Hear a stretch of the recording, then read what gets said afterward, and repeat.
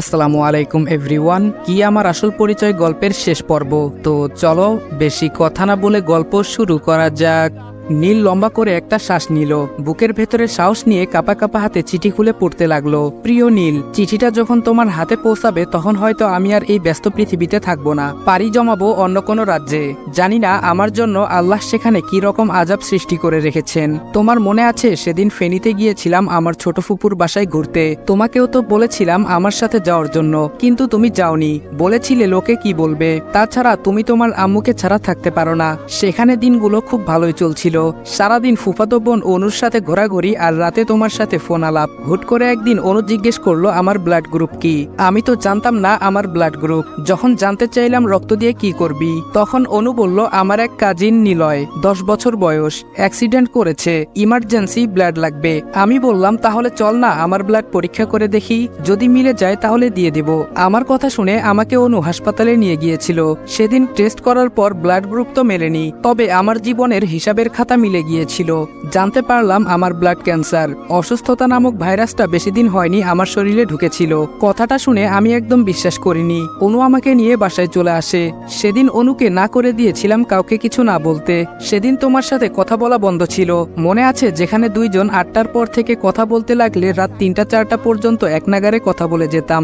সেখানে হুট করে আমি তোমার ফোন তুলিনি, 100+ কল দিয়েছিলে। পরে এই বিষয় নিয়ে খুব রাগারাগি করেছিলে। তুমি একটার পর একটা কল দিয়ে যাচ্ছ। তখন ফোন রিসিভ করে কি বলতাম তোমাকে? আমি জানি সত্যটা আমি লুকাতে পারবো না, তোমাকে বলে দিব, তাই ফোনটা তুলিনি। আমার মাথা কাজ করছিল না, ফ্যামিলিতে জানাবো নাকি জানাবো না এটা ভেবে আমি কাউকেই জানাইনি। আমার অসুস্থতার কথা শুনলে কেউ ভালো থাকতে পারবে না। আমি সবার আদরের ছিলাম, ওরা আমাকে বাঁচাতে চাইবে। আমি চাই না আমার জন্য সবাই কষ্ট করুক। আমার হাতে 4 মাস আছে। এই 4 মাস আমি হাসি খুশি জীবনটাকে উপভোগ করতে চেয়েছি, তাই তো কিছু বলিনি। একদিন হুট করেই মরে যাব, না হয় শেষ নিঃশ্বাস ত্যাগ করার 10-15 দিন আগে সবাই জেনে যাবে। তখন হয়তো ওরা কিছুদিন কষ্ট পাবে। 4 মাস আগে থেকে কষ্ট পাওয়ার থেকে একদিন আগে কষ্ট পাওয়া কিছুই না। সেদিন যদি আমি বলে দিতাম আমার ব্লাড ক্যান্সার, সবাই পেরেশানিতে পড়তো। সারাদিন হাসপাতালে দৌড়াদৌড়িতে থাকতো সবাই। আব্বু আম্মু তাদের কষ্ট আর চোখের পানি আমি সহ্য করতে পারবো না। ওদের কষ্ট দেখে তো আমি নিজে মরেই যেতাম। যাকে জীবনের থেকেও ভালোবাসি সে আমার সামনে কষ্ট পাবে, এটা কিভাবে মেনে নিতাম বলো? ফেনী থেকে বাসায় চলে আসলাম। আসার আগে অনুকে ওয়াদা করিয়েছিলাম কাউকে কিছু না জানাতে। সেদিন অনু আমাকে জড়িয়ে ধরে কান্না করেছিল। বাসায় এসে আবার কলেজে যেতে শুরু করলাম, কিন্তু তোমাকে দেখে ঠিক থাকতে পারতাম না, তাই তো সবকিছু সরি বলে মিটিয়ে নিয়েছিলাম। তোমাকে বলার সাহস হচ্ছিল না, তাই কিছু বলিনি। পরক্ষণেই মনে হলো তোমাকে ভালো রাখতে হলে তোমার সাথে ব্রেকআপ করতে হবে, কিন্তু তুমি এত ভালো মনের মানুষ ছিলে, আমি 1000টা রিয়াক্ট করলেও তুমি উল্টো সরি বলতা। তাহলে কিভাবে ব্রেকআপ করতাম বলো? আমার কাছে কোনো কারণ ছিল না তোমার থেকে দূরে সরে যাওয়ার। আমি যতই দূরে থাকতে চেয়েছি ঠিক ততটাই আবার কাছে চলে এসেছি। দিন 2-1 যেতে না যেতে তোমার বোন আমার কাছে ফোন করে তোমার নামে একটা বড় মিথ্যা অভিযোগ তুলে ধরলো।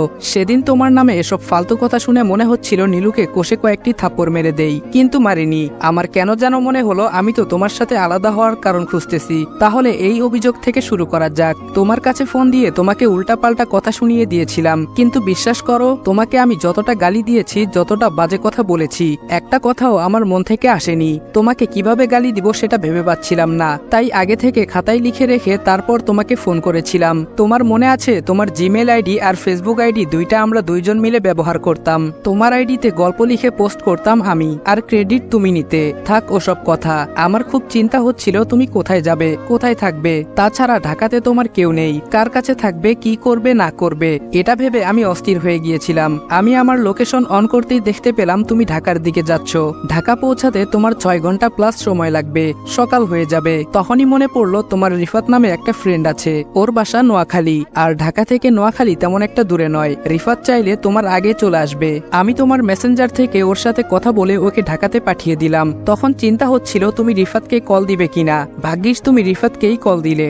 সেদিনের পর থেকে মাঝে মধ্যে তুমি কল দিলে খারাপ আচরণ করতাম। এখন আমি চিঠি ঠিকই লিখতেছি, তবে আমি আদৌ জানি না এইগুলো তোমার কাছে পৌঁছাবে কিনা। এইভাবে বেশ কিছুদিন চলে গেল। 1 মাস যেতে না যেতে তোমাকে কল দিয়ে জানিয়ে জানিয়ে দিলাম আমার বিয়ে হচ্ছে। এদিকে সত্যি সত্যি আমার মা বাবা আমাকে বিয়ে দিতে চাইছে, তাছাড়া আমিও কাউকে কিছু বলতে পারছি না। অতপর একদিন হুট করে তোমার বাসা থেকে লোকজন এসে আমাদের বিয়ে ঠিক করে চলে গেল। তখন আরো বেশি কষ্ট হচ্ছিল। আমি তোমার থেকে দূরে সরে যেতে চাই, কিন্তু নিয়তি বারবার আমাদেরকে আরো কাছে নিয়ে আসতে চায়। অতপর তুমি বাসায় আসলে। এরই ফাঁকে রিফাতের থেকে জানতে পারলাম তুমি তনু নামের একটা মেয়েকে বিয়ে করেছো। সেটা তোমার ইচ্ছের বিরুদ্ধে। তাছাড়া আমিও চাইছিলাম না আমি বেঁচে থাকতে তুমি অন্য কাউকে ভালোবাসো। আমি সহ্য করতে পারবো না। মেয়েরা এমনই হয়, বেঁচে থাকা অবস্থায় কোনো পরিস্থিতিতে তার ভালোবাসার মানুষটাকে অন্য কারোর সাথে সহ্য করতে পারে না। তাই তো আবার তোমার কাছে আসার চেষ্টা করেছিলাম, ভেবেছিলাম মরেই তো যাব, তাহলে শেষ অবধি তোমার বুকে মাথা রেখে মরে যাই। সেদিন তোমার বাসায় গেলাম, তুমি আমাকে না চেনার ভান করে অপমান করলা। আমি সহ্য করতে পারিনি, আবার সরি বলতেও বাইপাস চলে আসলা। সেদিন আমার জীবনে সবচেয়ে ভালো দিনগুলোর মধ্যে একদিন ছিল। তোমার বাইকের পেছনে বসে শেষবারের মতো তোমাকে জড়িয়ে ধরতে পেরেছি। এদিকে আমার সময়ও শেষ হয়ে আসছে। সকালে ডাক্তারের কাছে গিয়েছিলাম। ডাক্তার বলল সময় আর তেমন বেশি নেই, বড়জোর 15 দিন। তোমাকে কাছে পাওয়ার নেশায় আমি আব্বু আম্মুকে বলে বিয়ের ডেটটা সামনে আনলাম। বললাম কালকে আজকের ভেতরে আমার বিয়ে দিতে হবে। সবকিছু ঠিক ছিল, তোমার ফ্যামিলিও রাজি হয়ে গেল, কিন্তু হুট করে বিয়ের আগের রাতে তোমার বাসা থেকে না করে দিল। আমার অবস্থাও খারাপ, আমাকে হাসপাতালে নিয়ে যাওয়া হলো। অন্য একজনের হাতের লেখা, আমার আর লেখার শক্তি নেই, তাই রাহুলকে দিয়ে লিখাতে হচ্ছে। শুনলাম তোমার বাসার সবাই নাকি পরের দিন সকালবেলায় নোয়াখালী গিয়েছেন তোমার বউকে নিয়ে আসার জন্য। খুব ভালোই হলো, ভালো থেকো। আমার বলার মতো আর তেমন কিছু নেই। চিঠিটা লেখার একমাত্র কারণ আমি চাই না মৃত্যুর পরেও তুমি আমাকে ঘৃণা করে বেঁচে থাকো। তুমি তোমার বউয়ের জন্য অপেক্ষা করতে থাকো, আমি না হয় আমার মৃত্যুর জন্য অপেক্ষা করব। নীল, আই লাভ ইউ। আমি তোমাকে অসম্ভব ভালোবাসি প্রিয়। 3:55। জানি না তুমি এখন কি করছো, এখন কি ঘুমাচ্ছ নাকি বউয়ের সাথে গল্প করছো। রাহুলের মোবাইল দিয়ে তোমাকে কতটা কল দিয়েছি জানো, শুধুমাত্র তোমার সাথে শেষবারের মতো কথা বলবো বলে। বাহিরে আম্মু আব্বু ভাইয়া ভাবি সবাই কান্না করছে। এই শেষ সময়েও ওদেরকে কাছে আসতে দিচ্ছি না, শুধু তোমার সাথে কথা বলবো বলে। কিন্তু তুমি তো ফোনও তুলছো না। যাক, আরামের ঘুম ঘুমাও। আমার কপালটা এতটা খারাপ হবে কখনো ভাবতেই পারিনি। ভালোই হলো তোমার সাথে কথা না বলতে পেরে। তোমার সাথে কথা বললে হয়তো তুমিও সবকিছু জানার পর কষ্ট পাবে। ভালো থেকো। নীলের হাত থেকে চিঠিটা পড়ে গেল। চোখের জলগুলো বাধা মানতে নারাজ। তনুও পাশে বসে আছে। তনু নিজের গালে হাত দিয়ে বুঝতে পারলো ওর চোখে জল। তনু কখন যে কান্না করে দিয়েছে সে নিজেও জানে না। নীলের নিজের কাছে নিজেকেই অপরাধী মনে হচ্ছে। সামান্য থেকে সামান্য কথাটাও আমাকে বলতা, আর তোমার এত বড় একটা অসুখের কথা আমার থেকে কেন লুকিয়ে রাখলে? তুমি আমাকে এতটা ভালোবাসতে, আর আমি তোমাকে দিনের পর দিন অপমান করেই যাচ্ছি, আর তুমি সেটা নীরবে সয়েই গেলে। একবার ফিরে এসে দেখো পৃথিবীর সব ভালোবাসা তোমার পায়ে ঢেলে দেব। নীলের মুখের ভাষা হারিয়ে গেছে, কথা বলার শক্তি নেই, মাথাটা ধরে আসছে। যেখানে ছিল সেখানেই শুয়ে পড়ল। একে একে 4-5 দিন চলে যায়। নীল এই কয়দিনে কিছুটা স্বাভাবিক হয়েছে। জিসান নীলের এরকম অবস্থা দেখে ঠিক করলো কালকেই ঢাকায় চলে যাবে। রাতে তনু জামা কাপড় সবকিছু গুছিয়ে রাখছে। নীল রুম থেকে বের হয়ে আম্মুর রুমে চলে যায়। নীল বলল আম্মু তুমিও আমাদের সাথে চলো না, কয়েকদিন ঘুরে আসি। আম্মু বলল ওই আমি গিয়ে কি করব, তাছাড়া ঘুরতে যাবি মানে? তোর বাসায় তুই একেবারে চলে যাচ্ছিস, মাঝে মধ্যে এখানে ঘুরতে আসবি, আমাদের সাথে দেখা করে যাবি। আমারও যখন মন চাইবে তোকে গিয়ে দেখে আসবো। নীল বলল বুঝলাম না, কি বলো এসব? আমি ঢাকাতে একেবারে যাব কেন, আর ঘুরতে আসবো মানে কি? কিছুদিন থেকে তারপর একেবারে চলে আসবো। আমি তোমাকে ছাড়া থাকতে পারবো নাকি? আম্মু বলল আরে ছাগল, এটা তো তোর মিথ্যা পরিচয় ছিল, আর ঢাকায় তোর বাস্তব পরিচয়। তোর বাবা আছে, দাদা দাদি ফুপা ফুপু সব আছে, আমাকে ছেড়ে থাকতে কে বলেছে? সব সময় ফোনে তো যোগাযোগ হবে তাই না? নীল বলল আমি এত কিছু বুঝি না, আমি আমার মাকে ছাড়া কোথাও যাব না। আম্মু বলল আরে দেখ, এমনিতেই তোর বাবার থেকে আমি তোকে 20টা বছর আলাদা করে রেখেছি, আমি আর তোর বাবাকে কষ্ট দিতে পারবো না। নীল বলল কষ্ট দিতে কে বলেছে? আব্বুকে বিয়ে করে ফেলো না, তাহলেই তো সব সমস্যার সমাধান হয়ে যাবে, আমিও মা বাবা দুইজনকেই পেয়ে যাব। কথাগুলো বলে নীল মাথায় হাত দিয়ে জিভে কামড় দিল। এটা আমি কি বললাম? সাথে সাথে ঠাস করে একটা থাপ্পড় নীলের গালে এসে পড়ল। আম্মু বলল তোর লজ্জা করে না মাকে এসব বলতে? ছি, দূর হ আমার সামনে থেকে। নীল বলল আমি যদিও ইচ্ছে করে কথাটা বলিনি, তবুও এখন বলছি, আমি কারোর সাথে কোথাও যাব না তোমাকে ছাড়া। তুমি যদি আমার বাবাকে বিয়ে করে নাও তাহলে আমি বাবার কাছে যাব, মানে ঢাকায় যাব। না হলে 20 বছর দূরে রেখেছো, আরো 40 বছর রেখে নাও। নীল গালে হাত দিয়ে রুম থেকে বের হয়ে আসলো। জিসান তখন দরজার পাশে ছিল। যাওয়ার সময় নীল আর চোখে তার বাবাকে দেখেছিল। সে জানতো না তার বাবা এখানে দাঁড়িয়ে আছে। নীল রুমে গিয়ে বসে আছে। তনু সবকিছু গুছাচ্ছে। নীল বলল এইগুলো যেখানে ছিল সেখানে রেখে দাও। তনু বলল কেন, এইগুলা কি লাগবে না? তাহলে আমরা ওইখানে গিয়ে পরবো কি? হুট করে তো আর শপিং করা যায় না। নীল বলল, বেশি কথা বলো কেন? তোমায় বললাম আপাতত এইগুলো যেখানে ছিল সেখানে রেখে দাও, কালকে আমরা ঢাকা যাচ্ছি না। তনু বলল, কিন্তু কেন? আব্বু কিছু বলেছে আপনাকে নাকি আম্মু বলেছেন? নীল ধমক দিয়ে বলল, থাপ্পড় চেনো? থাপ্পড়? এই মুহূর্তে তোমাকে থাপ্পড় দিতে ইচ্ছে করছে। একে তো টেনশনে পড়ে আছি, তার উপরে এক কথা বারবার বলছো। তনু মন খারাপ করে বলল, হুম। নীল তনুর দিকে তাকিয়ে বলল, আচ্ছা এদিকে আসো। তনু একই জায়গায় দাঁড়িয়ে আছে। নীল কাছে গিয়ে তনুর চোখের দিকে তাকায়। তনুর চেহারা এরকম ফ্যাকাশে হওয়ায় নীলের খারাপ লাগছে। নীল বলল, আচ্ছা একটা হাসি দাও। তনু মনের উপরে জোর করে ঠোঁট দুইটা প্রসারিত করে। নীল বলল, আরে বাব্বা, এত শুকনো হাসি? দেখতেই পাচ্ছ আমার মন খারাপ, তারপরেও কেন একটার পর একটা কথা বলো শুনি। তুমি এখানে আসার পর থেকে সবকিছু বুঝো আর না বুঝো, এটা হয়তো বুঝতে পারছো আমি আমার আম্মুকে কতটা ভালোবাসি। তাহলে তুমি বলো, আমি আমার আম্মুকে ছেড়ে একেবারে ঢাকায় কিভাবে চলে যাব? নীল কান্না বেচে চোখে বলল, আম্মু আমাকে দূরে সরিয়ে দিতে চাচ্ছেন। তনু কিছুটা স্বাভাবিক হয়ে দাঁড়ায়। নীল জিসানের বরাবরই লম্বা। তনু নীলের দুই চোখের পাপড়িতে কিস করে বসে। নীল হালকা কেঁপে ওঠে। তনুর ঠোঁটের দিকে তাকিয়ে আছে। লাল ওই ঠোঁটের উপরে এখনো নীলের চোখের নোনা পানি লেপটে রয়েছে। নীল 7-5 ভাবতে ভাবতে তনুর ঠোঁটগুলি নিজের দখলে নিয়ে আসলো। তনু শক্ত করে নীলের পিঠে জড়িয়ে ধরে। কয়েক মিনিট পর নীল নিজে থেকেই তনুকে ছেড়ে দিল। তবে তনু এখনো নীলকে জড়িয়ে ধরে আছে। লজ্জায় মুখোমুখি না হয়ে তনু নীলের বুকের ভেতরে মুখ লুকিয়ে আছে। এইভাবে কতক্ষণ ছিল সেটা তো লেখকও জানে না। দরজায় ঠকঠক শব্দে দুইজনের হুঁশ ফিরে। এদিকে দরজা খোলা থাকায় নীলু এসে দরজার পাশে দাঁড়িয়েছিল। প্রায় 1 মিনিট দাঁড়িয়ে থেকে ডাক দিল। তনু হঠাৎ নীলুকে দেখে কিছুটা লজ্জায় পড়ে যায়। নীল চুপচাপ মাথা নিচু করে রুম থেকে বের হয়ে যায়। নীলু বলল, হয়েছে লজ্জা কুমারী, আর লজ্জা পেতে হবে না। তনু বলল, কখন এসেছো? নীলু বলল, এই তো 10-15 মিনিট আগে। তনু এবার চোখ বড় বড় করে ঢোক গিলে। নীলু বলল, হয়েছে, আর ভয় পেতে হবে না, আমি কিছু দেখিনি। 1 মিনিট হবে আমি এসেছি। কই, দরজা খোলা রেখে রোম্যান্স করার সময় তো ভয় করেনি, তাহলে এখন কেন করছে? আশা করি নেক্সট টাইম দরজা বন্ধ করে রাখবে। বলা তো যায় না কখন কি করে বসো। তনু লজ্জায় চুপ করে যায়। নীলু বলল, ও হ্যাঁ, আমি কি করতে আসলাম আর কি বলছি। শুনো, তোমার জামাইটা এরকম কেন? তনু বলল, কেন, কি হয়েছে? উনি আবার কি করলেন? নীলু বলল, কি করেনি সেটা বলো। আম্মুকে বলছে বিয়ে দিতে। এখন তুমি বলো, আম্মুর কি এখনো বিয়ের বয়স আছে? আম্মু তো এখন কান্না করছে। তনু বলল, ও মাগো, কি বলো এইগুলা? কার কাছে বিয়ে দিবে? নীলু বলল, তুমি তোমার জামাইয়ের মতো হইলা, তোমার শ্বশুরের সাথে আম্মুর বিয়ে দিবে, এটা কোনো কথা? তনু বলল, হ্যাঁ এটাই তো কথা। আমার শাশুড়ির বিয়ে তো শ্বশুরের সাথে হবে, না হলে কি অন্য কারোর সাথে হবে নাকি? নীলু বলল, পাগল, তুমিও পাগল, তোমার স্বামীও পাগল। নীলু চলে গেল হনহন করতে করতে। তনু খাটে বসে হাসতে হাসতে লুটিয়ে পড়ে। নীল ছাদে দাঁড়িয়ে আছে। চারদিকে ধুধু অন্ধকার, আকাশে চাঁদ মামাও নেই। নীল খেয়াল করলো সিঁড়ি দিয়ে কেউ একজন ছাদে আসছে। জিসান বলল, কি রে, এখানে একা একা দাঁড়িয়ে আছিস কেন? রাত তো অনেক হয়েছে, ঘুমাবি না? নীল বলল, না, আমি আম্মুকে ছেড়ে ঢাকায় যেতে পারবো না, তুমি বরং সবাইকে নিয়ে কালকে চলে যাও, মাঝে মধ্যে আমি ঘুরতে যাব আম্মুকে নিয়ে। জিসান বলল, সেটার দরকার নেই, কালকে আমাদের সাথে তোর আম্মুও যাবে। নীল বলল, উনি তো কয়েকদিন থেকে আবার চলে আসবেন, তাহলে ওখানে গিয়ে কি করবেন? থাক না বাবা, আমরা এখানেই ভালো আছি। জিসান বলল, আরে গাধা, তুই বলেছিলি না তোর মাকে তুই একেবারে ঢাকায় নিয়ে যেতে চাস? আমি সেটাই করেছি। নীল অবাক হয়ে বলল, মানে? জিসান বলল, এত মানে করছিস কেন? শুধু তোর জন্য, আমার বাবাইয়ের খুশির জন্য হলেও কালকে আমি তোর আম্মুকে বিয়ে করব। এটা শুধু আমার কথা নয়, পরিবারের সবাই মিলে এই সিদ্ধান্ত নিয়েছেন। নীল হুট করে জিসানকে জড়িয়ে ধরল। পরের দিন সবাই সবকিছু গুছিয়ে গাড়িতে বসে আছে। নীল যাওয়ার আগে মামনির রুমে যায়। নীল বলল, মামনি এই নাও। মামনি বলল, কি এটা? নীল বলল, আমার সবকিছু রাকিব আর নীলুর নামে লিখে দিলাম, কারণ আজ হোক আর কাল হোক নীলু তো আবার এই বাসায় আসবে।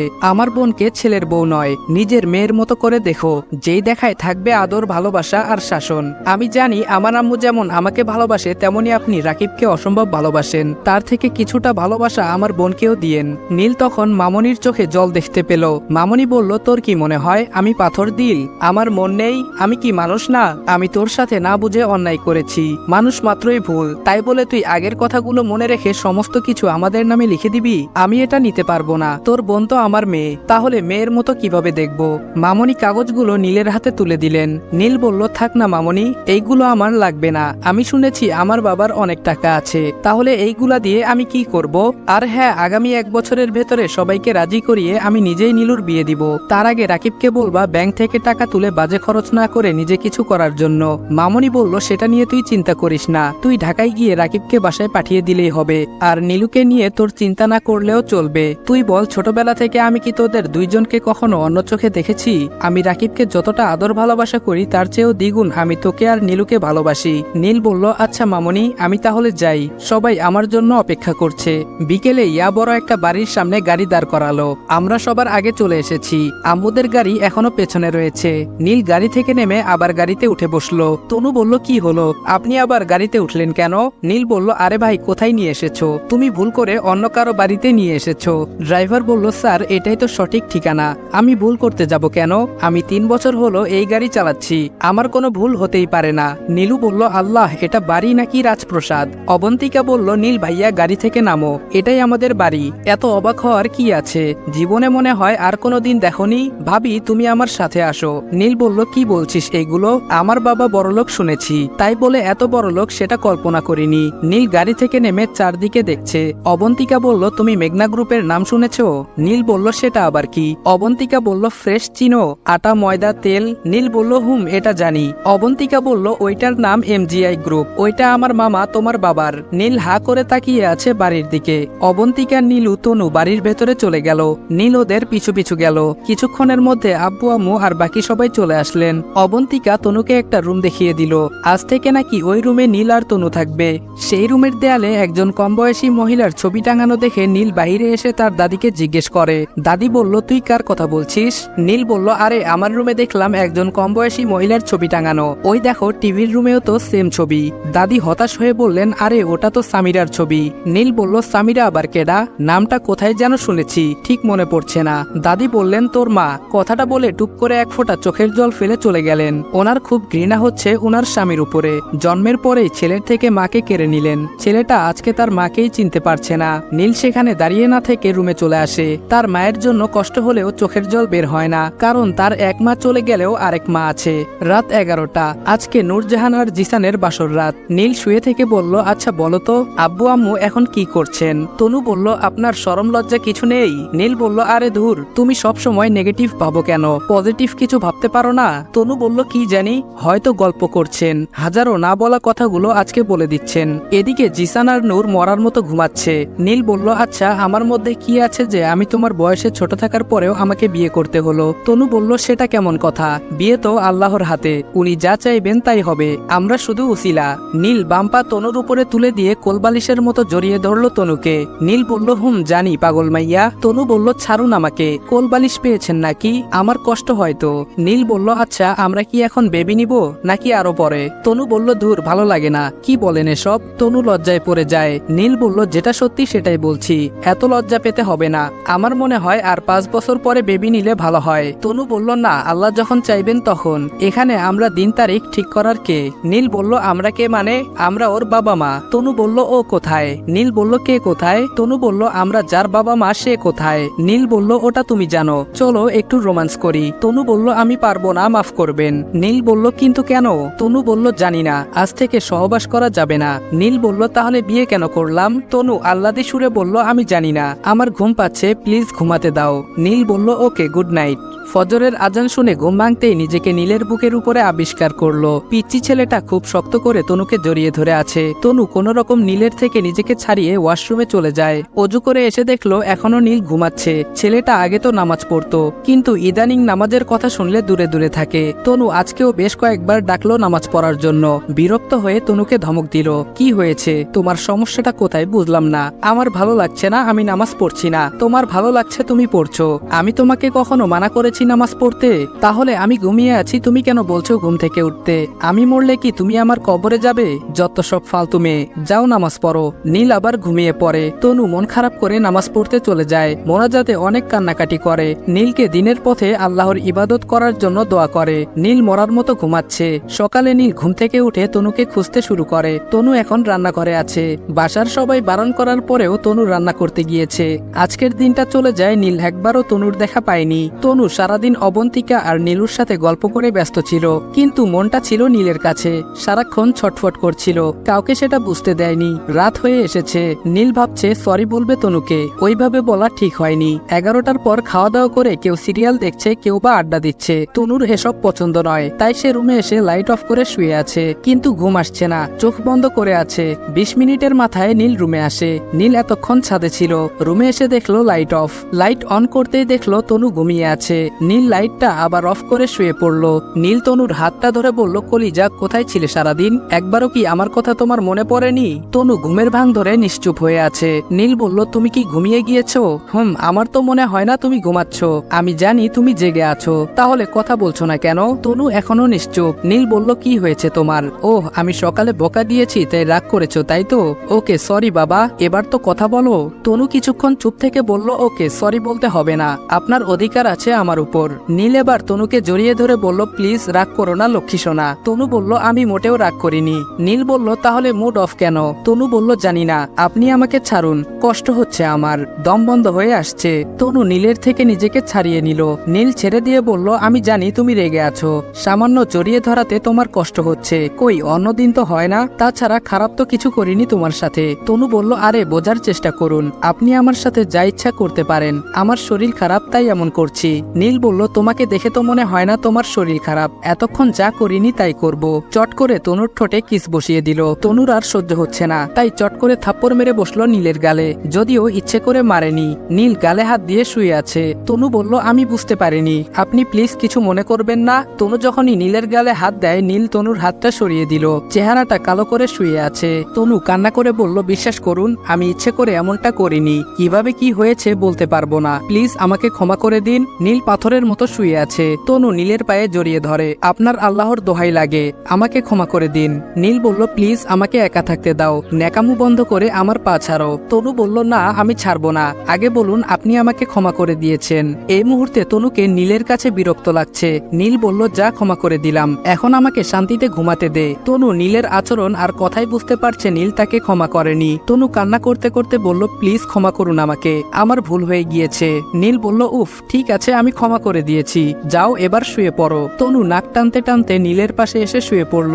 না চাইতেও নীলকে জড়িয়ে ধরল। তনু বলল, আপনি যা চাইবেন আমি তাই করব, আমি ইচ্ছে করে মারিনি, বিশ্বাস করুন। নীল বলল, ক্ষমা তো আমি তোমাকে করে দিয়েছি, কিন্তু তুমি যাই বলো না কেন তুমি আগের তনু নেই।